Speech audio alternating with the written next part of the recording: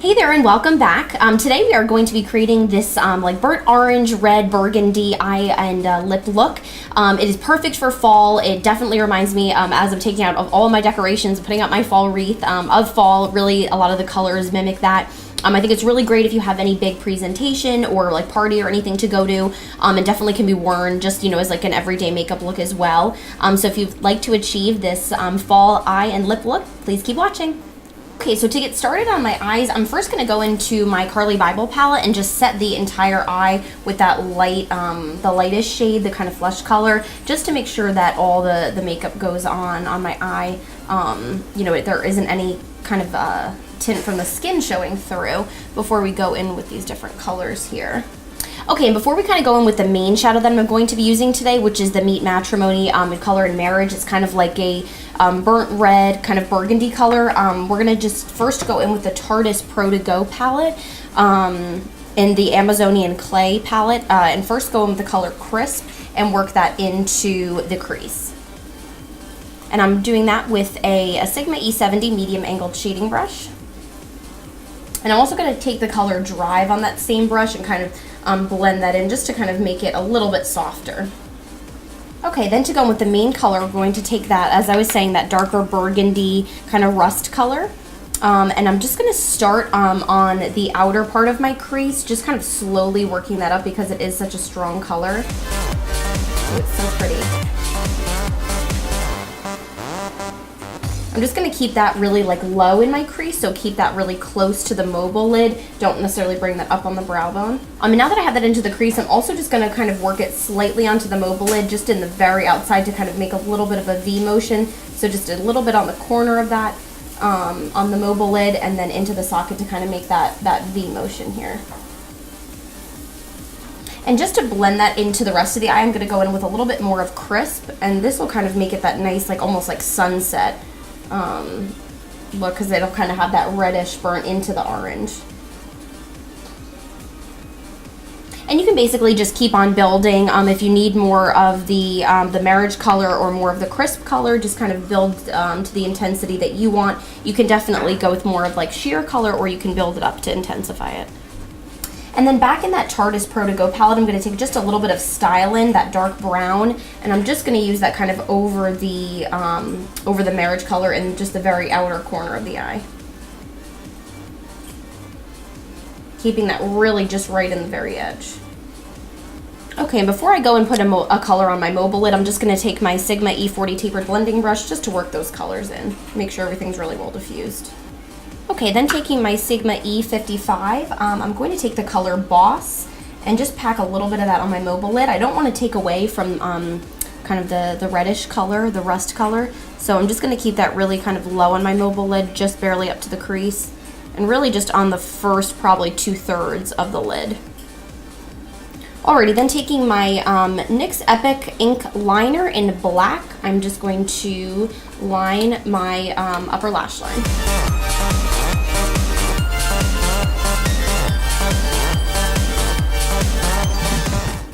And then in my waterline, I'm going to use the Ulta Dual-ended Eyeliner, and it's a deep brown and a black, and I'm just going to line my waterline with the black. Alright, now moving on to skin, we'll come back to the lower lash line after we're done with foundation and concealer. I've already primed my skin with the NYX Angel Veil Primer, and then my new favorite trick has been after applying your primer, whether it's like a smoothing primer, an oil control primer, if you really, really want your makeup to last, set on top of that with the Slay All Day setting spray or any like oil control spray on top, and let that sit. And I did that actually right before I started my eye makeup, so that really had time to dry while I was finishing my eyes, and then go in with your foundation. And I find that it really, really makes your makeup last all day long. I'm also just going to spray a little bit of the Slay All Day on my beauty blender to also just help the makeup stay. I'm going to be going in with my number 7 Stay Perfect foundation in the color Cool Honey. I believe I used this in my last video. I've been trying a couple different like foundations that are supposed to be really good for oily skin, and actually I have to say, so far I think that this one is the most long wearing, even more than the L'Oreal Infallible Pro Matte. The only thing about this foundation is it is like a little bit more dewy than the Pro Matte. Obviously that one, as the name says, is like the most matte foundation you can pretty much find in the drugstore. But this one I find that while it is a little bit more dewy, you can obviously powder it down and set it.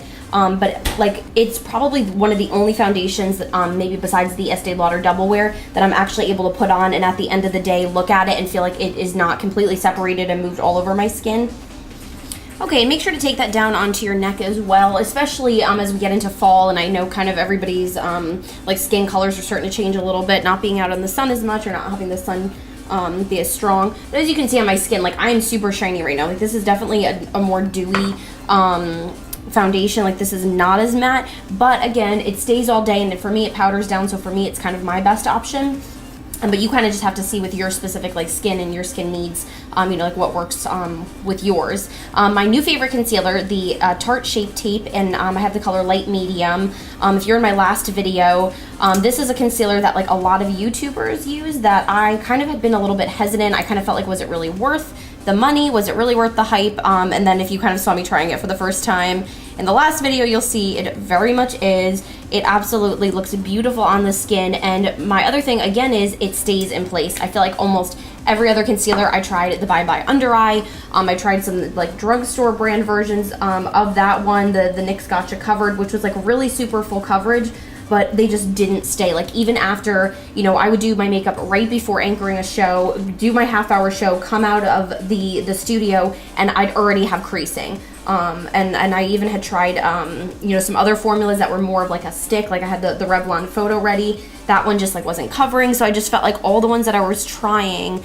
either they did not have good coverage or they were just creasing and just not staying, and they would just disappear. This one absolutely stays in place. And once that is all blended in, I'm going to set it with my Cover FX translucent setting powder and my Real Techniques setting brush. And I think too, as I believe I said in my last video, just the combination of this foundation and concealer together, I just feel like the skin looks so nice, and again, it stays on all day.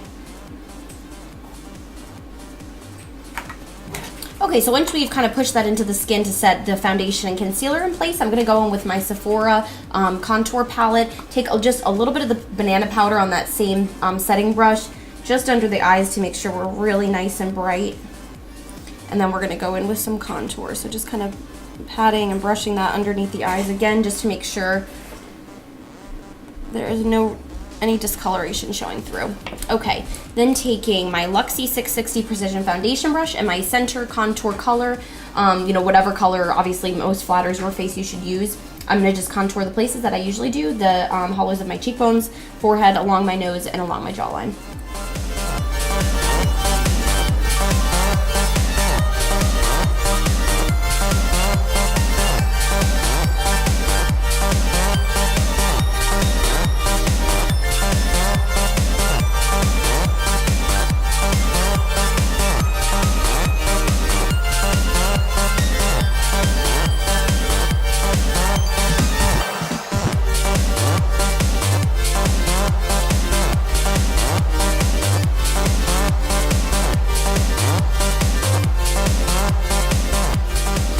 Okay, now that we're done with most of that on the skin, I'm just gonna go up and finish up with my like inner corner of my lower lash line. I'm gonna take the NYX Baked Shadow in BSH 27 Easy Rider, just a white baked shadow.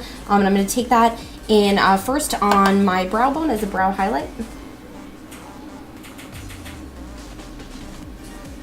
And then for my lower lash line, first gonna go back into the Tarte Pro To Go palette and take some of that color Crisp underneath, also on the Sigma E30 pencil brush.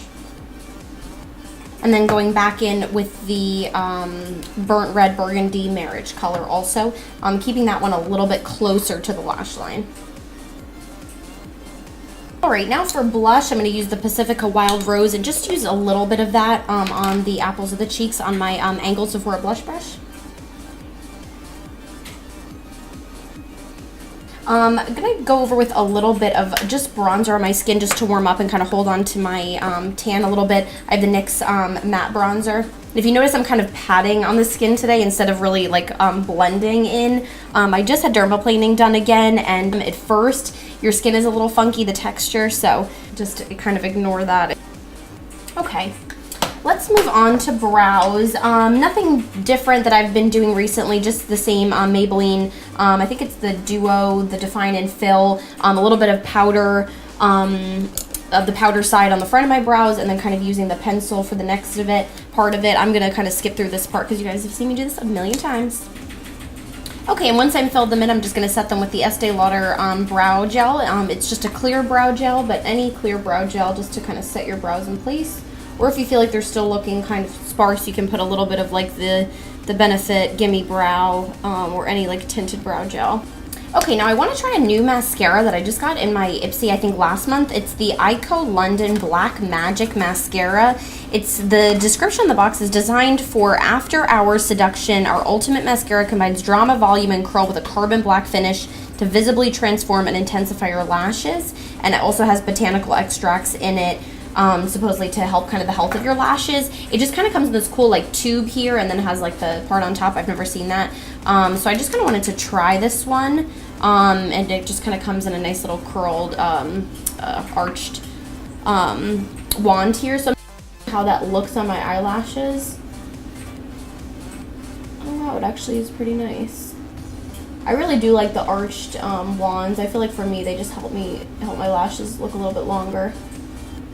Okay, I like that it's really, really dark black. It's a little bit hard to work with on your lower lash line because it is such an arched brush. I feel like it's not really doing much for my lower lash line, but for the upper one I like it a lot.